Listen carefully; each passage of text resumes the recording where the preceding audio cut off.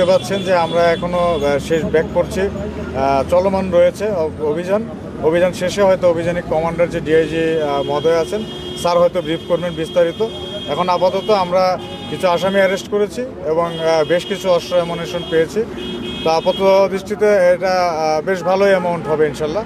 তো যখন formally DIG sir press brief করবেন সেখানে আমরা ডিটেলস বলতে পারবো। দুটো ক্যাম্প করার কথা বলা হয়েছিল, সেগুলোর ব্যাপারে এই ব্যাপারটা ডিআইজি স্যার বলবেন। আর অভিযান শুরুর আগে নিশ্চয়ই এক্সপেক্ট করেছিলেন অথবা আপনাদের প্রস্তুতি ছিল যে অনেকগুলো চ্যালেঞ্জেস ফেস করবেন, সেই ধরনের কোনো পরিস্থিতি হয়েছিল কিনা? হ্যাঁ, চ্যালেঞ্জেস তো কিছু ফেস করতে হয়েছে, আমরা অল্প কিছু ফেস করেছি।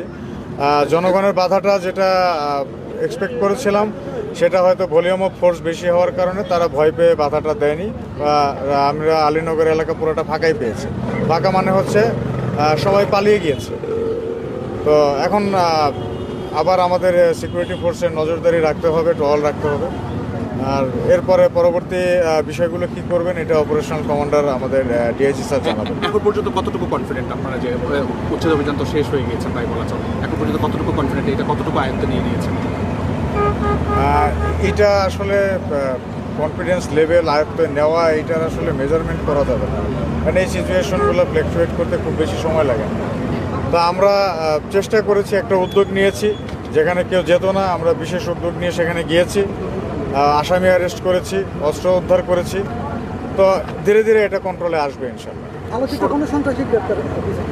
এখন আমি আসলে সবার স্টেটটাও জানি না, আমি একটা পার্টির কমান্ডার হিসেবে ছিলাম একটা সাইডে, তো আমি আসলে ওভারঅল স্টেটটা জানি না।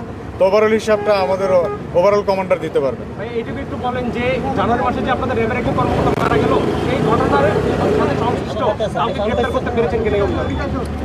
হ্যাঁ, সেই ঘটনার সংশ্লিষ্ট আমরা এর আগেও 10-11 জনকে গ্রেপ্তার করেছি।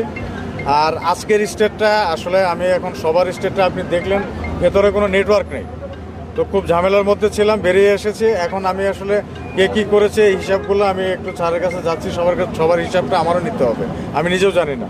তো জানি আগে, জেনে তারপরে হয়তো ফর্মালি বলতে পারবো। এটার সাথে রমজানের সম্পর্ক নেই, সমস্যা হলে অভিযান পরিচালিত হবে।